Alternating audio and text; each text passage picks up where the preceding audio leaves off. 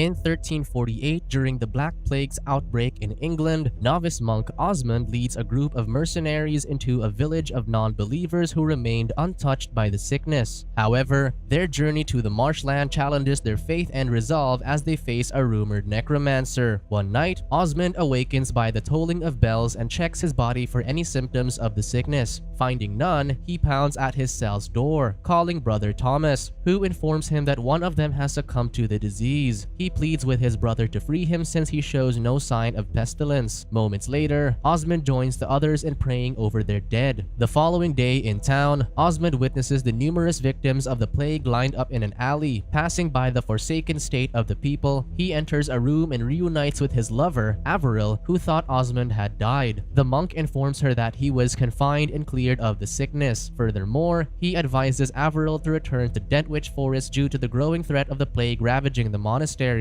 The woman worries that the sickness is a divine punishment for the absolution of their sins, but the devoted monk disagrees. Tear-stricken, Averil begs Osmund to leave with her, but he doesn't want to betray God by leaving the convent. However, the woman argues that they've already betrayed him with their forbidden relationship, to which Osmund doesn't reply. Before Averil leaves, she tells her lover that she'll wait for him at the Martyr's Cross in the forest every dawn. Eventually, she'll leave for good if he hasn't decided to be with her. Later, Osmund kneels and confesses that he's torn between following his lover and staying at the monastery to continue his service, so he asks for a sign which would answer his worries. Afterward, the bishop's envoy, Ulrich, and his companion soldier, Swire, arrive at the convent and inquire the abbot about the mysterious village the pestilence has not ravaged. The rumored village is a threat to the church, believed to be a sanctuary from God's wrath. To uncover the truth about the isolated town, Ulrich seeks a guide to navigate the marshland. Hearing this, Osmund immediately thinks of his lover, who just left for the forest. Claiming the expedition a sign from God, the novice monk volunteers to lead the envoy, but the abbot doesn't think he is capable. Nevertheless, Ulrich accepts Osmund's offer, who claims to know the forest and is the most qualified to guide them. The abbot warns Osmund about the vicious man, but the young monk claims that his prayers were answered. The next morning, Osmund bids farewell to his brothers in the monastery while they pray for his safety. As they make their way out, they witness the ill sight of the burial grounds of the plague's victims, whose endless piles are cremated to accommodate more bodies. Afterward, Ulrich introduces their guide to the rest of his crew outside town. They eye Osmund. Dismayed by the young man, they are left to trust and lead their journey. Then, Osmund notices a mobile torture machine connected to their wagon, so Griff and Wolfstan, the king's former soldiers, inform him of the truth behind their mission. They plan to purge the isolated town of non-believers from witchcraft and devilry, where the bishop ordered to seize the necromancer who revives the dead for trial and execution. Fooled by the nature of their task, Osmund chooses to pursue their mission as Ulrich demands God's presence among them. Soon after, Swire introduces the group of murderers and mercenaries to the novice monk, whom he claims are good people. Among them is Ivo, the soldier without a tongue, Mold, a butcher, and Dallywag, a criminal and a torturer. As they travel into the forest, a commotion in the woods stops them, where villagers prepare to burn a woman suspected of witchcraft. Osmund rushes in and tries to reason with the villagers' baseless accusations. Then, Ulrich threatens their leader, who steps away from the menacing crew. Ulrich unties the woman, to Osmund's relief. However, the envoy stabs the accused witch to death and tells the monk never to hinder their journey again. That night, the men set camp around a fire and ask Osmund what the church thought about the pestilence. The monk shares that he thinks it is not a form of God's punishment, unlike what many believed. He learns that the soldiers thought it originated from England's rival, the French. Ivo, the man untongued by Frenchmen, steps out in spite. Then, Osmund confronts Ulrich about the earlier incident in which the soldier claims he spared her suffering through a quick death. The following day, Ivo wakes the crew when he hears a group of flogging men. At the stream, an old man warns Swire to turn back as the land they're headed to is full of savages. Later, Osmund mumbles his prayers when Dallywag probes the monk on why he volunteered to leave the convent sanctuary. The monk refuses to answer honestly, so the criminal threatens to carve the truth out of him later. Soon, the group reaches a village's ruin, where burnt bodies litter the area. Suddenly, Griff starts coughing blood as the men back away from the suspected victim. Wolfstan carefully checks his friend's body for symptoms and finds a lymph node on his neck, confirming his sickness. Ulrich declares the end of Griff's journey, and Wolfstan yells at Swire, whose apathy revulses the poor man's condition. The monk takes the ill soldier, who chooses refuses to confess his sins for absolution. Mold hands Wolfstand the Misericorde, the mercy weapon used to deliver instant death. The soldier approaches his friend and immediately stabs the Misericorde to lessen their grief. Soon after, the crew reaches the cliff overlooking the Dentwich forest. That night, Ulrich praises the young monk for giving absolution to his fallen friend. Osmund doubts the real essence of their mission, but the faithful envoy assures that the monk will retrace his words in time. At dawn, Osmund wakes to their lookout, Swire, asleep, so he sneaks and races to the Martyr's Cross to meet Averil. However, he sees his lover nowhere but her lone horse with traces of bloodied fabric. Devastated by what he sees, Osmund cries for Averil's name. Instead, he sees a group of bandits tower over him. Immediately, Osmund runs back and alarms his crew about the danger. Suddenly, they hear a horn bellow in the woods, so Mold carefully treads forward. Then, the bandits charge at them as they engage in a vicious battle. The monk hides in the cave, but an assailant sees and pursues him amidst the chaos. Eventually, the bandit stabs Osmund, but Ivo hacks the thief with his axe. However, the soldier falls back as a knife punctures his chin. Outside, Ulrich and the others finish off the brigands while some flee on the soldiers' horses. Daliwag reports that Ivo is dead, so Ulrich confronts the monk who brought the bandits to their base. Osmund confesses that he joined to meet a woman whom he thinks has perished in the woods. Grieving, the monk has lost his will to continue, but Ulrich insists that he lead them to the forest as they hear another signal from afar. Soon, they continue their journey on foot and finally reach the swamp. Recalibrating their plans, Ulrich declares to drag the necromancer to the cage, which they'll leave before the marsh. Hunted by ominous sounds, the group hurriedly trudges the land as they locate the isolated village. Then, they enter the quiet town where villagers eerily surround the armed invaders in curiosity. The village chief, Hob, welcomes the men who claim to seek refuge from the bandits of the forest. Ulrich reveals that they deliver relief to the victims of the pestilence, which Hob is unfamiliar with. Ulrich reminds his crew to refrain from acting alone as they lure out the necromancer. Hob leads his guests by the lake for them to wash, whereas Osmund keeps pressure on his wound. As the monk reaches to collect water from the lake, Averil's face emerges but disappears in a blink. Then, an herbalist, Langiva, approaches the crew and takes Osmund to tend his wound. In a hut, Langiva notices the monk in sorrow as she stirs up a remedy for his injury. She learns about Osmund's lover and tells him that it's not a sin to want more than divine love. As the chaste man unclothes, Langiva puts the ointment on the wound. To Osmund's shock, the pain immediately subsides. The monk then probes her husband's death, whom she reveals to be murdered by God's men. Meanwhile, Ulrich and his crew enter an abandoned church where they'll seek shelter for the time being. Dismayed by the sight, Ulrich approaches the young women, who hand them baskets of fresh clothes. The envoy snatches one's necklace, a symbol of the bishop's messenger, which he found in the swamp. Ulrich reveals that a party before them was sent to accomplish the same mission but never returned. Apparently, the former party had reached the marsh before they went missing. That night, the villagers gather for a feast and formally welcome their guests. Then, Ulrich stands, expresses his gratitude, and invites them to pray. However, the townspeople stare at them in silence as Ulrich recites his devotion alone. Later, Osmund sees Langiva beckon him outside. The woman leads the monk to another hut, revealing that Averil was found in the forest before she died. Mournful, Osmund uncovers his beloved, reunited at last. At the church, the novice monk kneels and pours his anger to his lord, condemning him for his lover's death. Then, he sees Averil's bloodied frame walk in and blames him for abandoning her. Then, Osmund snaps back to reality and sees Ulrich witnessing his breakdown. Grief-stricken, the monk reiterates that the village is innocent, unlike the mercenaries' claim of devilry. Ulrich reminds him to set aside his mourning heart, revealing that he lost his family due to the pestilence that the village is immune to. He then throws a woven figurine to the young man, prompting him to believe that the community indeed worships a false idol. Meanwhile, Mold sees Swire surrender to his desires with a woman at dinner. A lady approaches the bystander, but Mold aggressively dismisses her advances. Later, Osmund follows Langiva into the swamp and asks her about his lover's burial, and the woman assures it herself. She notices the weary man's hesitation to reveal his companion's ill intentions to the village, which she already knows firsthand. So Langiva asks whose side Osmund will take and leads him further into the dark. At the hall, Ulrich returns to his seat with his crew, dizzy from their drink. Arriving at their destination, Langiva faces Osmund as her fellow women in white cloaks surround her. Then, she kneels on the ground and revives Averil's body from the dead. Horrified by what he witnessed, Osmund hurriedly runs away from the necromancer and stops in the middle of the marsh. Meanwhile, Ulrich witnesses his crew fall down one by one in a haze as he fights for consciousness. Hob approaches and disarms them, threatening the intruders. In the swamp, Osmund sees the 4 corpses of the bishop's men who went there before them while the villagers surround him. The following day, day, the crew find themselves tied and shivering in a water-filled trough, while Wulfstan encourages his hopeless friends to persevere. Then, the Necromancer leads the townsfolk and proclaims the evil intentions of the Christian soldiers through the torture machine they found in the marsh. Langiva offers the soldiers salvation only if they renounce their god, but Ulrich claims none of them will succumb to her wishes, so the soldiers keep silent as Hob chooses who to sacrifice first. Despite their condition, Dallywag mocks the godless man as his defiant crew laughs with him. Fearless of death, the torturer sings as the villagers pull him out and nail him on a wooden cross, braving the pain. Then, Hob recites a ritual and disembowels him until he no longer screams. Witnessing their friend's death, Wulfstan curses the necromancer while Hob chooses another sacrifice. Suddenly, Swire renounces their god, infuriating his allies. The villagers pull the shameless man as the soldiers watch their friend repeat Hob's words and abandon his faith. However, the villagers drag Swire into the woods and hang him to his death, contrary to their promise of salvation. Then, Langiva orders Osmund to renounce as they pull him out of the water. The necromancer, who takes pride in converting a faithful monk, persuades him to reunite with his lover and remain in the village. Ulrich pleads with Osmund to resist temptation as he approaches Averil in a cottage. Inside, the undead woman mindlessly ignores him as she writhes from his touch. Seeing that his beloved's body has been defiled and is no longer human, he professes his love and thrusts a knife to her heart, ending their misery. Later, Osmund exits the cottage carrying his lover's peaceful body, claiming that Averil is with God, and so is he. Aghast by the monk's faith, Langiva reiterates God's wickedness to the villagers. Then, Osmund slashes his knife to the necromancer, which wounds her face. The godless men tackle the young man to the ground while Ulrich repeatedly proclaims their faith against the witch's influence. Enraged, Langiva orders the horses to get rid of the bishop's envoy. As they bind Ulrich's limbs to the beasts, he continuously defies the devilry that has fallen to the village. Then, the horses pull to dismember the faithful soldier while Langiva orders him to renounce. Meanwhile, Wulfstan secretly grabs the discarded knife nearby and unties themselves from their binds. As Ulrich's limbs start to sever, he asks to see Osmund, which the witch allows. He orders Osmund to tear open his shirt, revealing the bleeding nodes that are symptoms of the sickness. The villagers scramble in fright as the soldier exposes their vulnerable village to the plague's wrath, delivering justice as a Christian upon the ungodly town. Then, Hob pats the horses, which dismembers the defiant soldier. At the same time, Mold and Wulfstan escape the trough and seek vengeance on the villagers. However, Hob stabs Mold, which instantly takes his life. Meanwhile, Osmund follows the necromancer into the marsh with a sword. As the haze closes in, he cautiously treads the shallow water in pursuit of Langiva. At the village, Wulfstan cages Hob inside their torture machine while he remains in devotion to the necromancer's devilry. In the hazy marsh, Langiva claims that Averil was not dead but merely drugged to recreate a miracle that Osmund believed to be an act of witchcraft. The woman insists that the monk killed his beloved, contrary to God's commandment of "thou shalt not kill." Langiva claims to be an ordinary herbalist and not a witch, who the villagers choose to believe and follow. Anguished by the revelations, Osmund begs the woman to revive his lover, but Langiva has no power to do so and mockingly suggests asking his god as she walks away. At the village, Wulfstan stands over the corpses of his friends and the villagers. Devastated by the madness, the soldier soon realizes that neither witchcraft nor necromancy was behind the village's sanctuary from the pestilence. The people were simply isolated from the plague's wrath, devoid of contact. Soon after, Wulfstan arrives at the monastery with the mortified monk and Hob, whom Wulfstan claims to be the necromancer despite the truth he had witnessed. In later years, Osmund resubmits himself to God and vows vengeance for the trauma he has endured, regardless of the revelations he underwent. In the middle of the woods, Osmund, carrying the bishop's symbol, seizes a woman who appears to be Langiva. Afterward, he brings her to a chamber and allows her torture to ensue. As the woman relentlessly denies witchery, others start questioning Osmund's accusations. However, the faithful envoy sees the deceitful woman's face on every innocent he incriminates to purge his conscience of guilt and shame by burning them alive.